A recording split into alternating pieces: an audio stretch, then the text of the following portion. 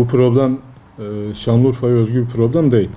Şu an yurt çapında yaşanan bir durum söz konusu. Bu durumun sebebine gelince devletimizin yayınladığı bir ilaç fiyat kararnamesi var. İlaç fiyatları bu kararname doğrultusunda belirleniyor. Ve her yıl Şubat ayında bir kez ilaç fiyatlarında güncelleme oluyor. Ve kararnameye göre ilaç fiyatları Avro kuruna göre, Euro kuruna göre endekslenmiş durumda. 2021 yılı Şubat ayında, yani içinde bulunduğumuz yılın Şubat ayında ilaçta Avro kuru 4.6 olarak belirlendi.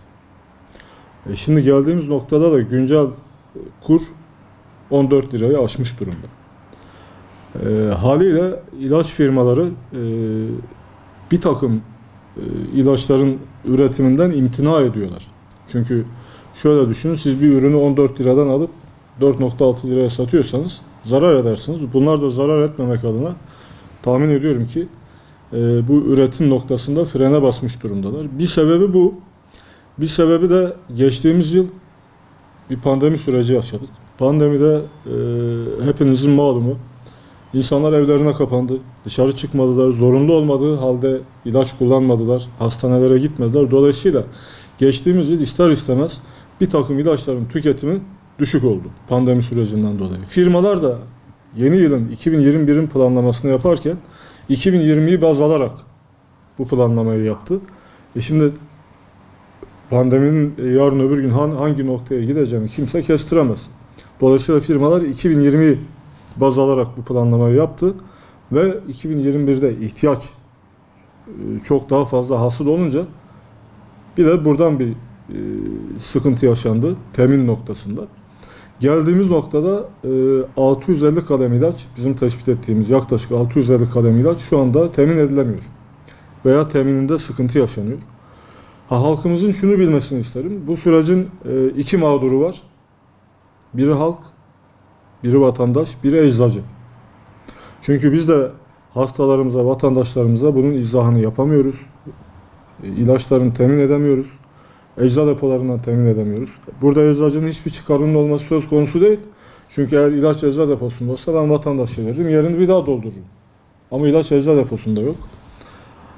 Bizim yetkili kurumlara geçtiğimiz, çünkü biz bu sorunu her sene yaşıyoruz. Çünkü Şubat ayına doğru artık ilaçların zamlanması söz konusu, fiyat güncellemesi söz konusu olduğu için firmalar musluğu kısıyor. Kıstığı için de her sene işte Kasım ayından başlayarak özellikle Aralık-Ocak aylarında biz bu sıkıntı yaşıyoruz. Fakat bu sene çok daha şiddetli yaşamaya başladık. Yani her yıl Ocak'ta oluşan tablo bu yıl Kasım ayında oluştu. Ocağı da tahmin etmek dahi istemiyorum bu gidişatta. Bizim önerimiz şu oldu. Yetkili kurumlarımıza biz dedik ki bu fiyat güncellemelerini yılda bir yapacağımızı 3 ayda bir yapalım. Yani her yıl atıyorum %20, tabii bu tamamen afaki misal olarak söylüyorum. Yılda bir kere %20 güncelleme yapacağımızı 3 ayda bir %5 yapalım. Firmaları da böyle bir yanlıştan alıkoymuş oluruz. Bunun önüne geçeriz. Aynı öneriyi yineliyorum. Bunun çünkü başka bir çözümü yok. Buna bir çözüm getirilmezse her sene aynı dönemde vatandaşımızla karşı karşıya geleceğiz. Şu an belki bir yerde tolere edilebilir boyutta. Yani olmayan bir ilacın yerine onun eş değeri ve etkisini gösteren başka bir ilaç hekimlerimiz yazabiliyor. Ama Aralık ve özellikle Ocak ayında gidişat o yönde ki maalesef çok elzem olan, alternatif olmayan ilaçların bulunmaması. Buna bağlı olarak hastalarımızın tedavi edilmemesi, üzülerek söylüyorum, olası can kayıpları gündeme gelebilir. O yüzden yetkili makamları bir an önce bu konuya bir çözüm bulmaya davet ediyorum.